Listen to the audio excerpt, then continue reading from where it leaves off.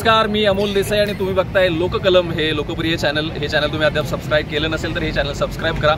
आज मी आलोय आपला बाजार सांगली येथे आणि खूप छान कार्यक्रम आम्ही या ठिकाणी पार पडलेला आहे। या कार्यक्रमाचे तुम्ही व्हिडिओ बघाल आणि खूप नेटकं नियोजन आपला बाजारच्या वतीने करण्यात आलेलं आहे। गेल्या जवळपास 40 वर्षांपासून आपला बाजार हा पूर्ण महाराष्ट्रात म्हणजे कोल्हापूर जिल्हा असेल, सांगली जिल्ह्यामध्ये कार्यरत आहे।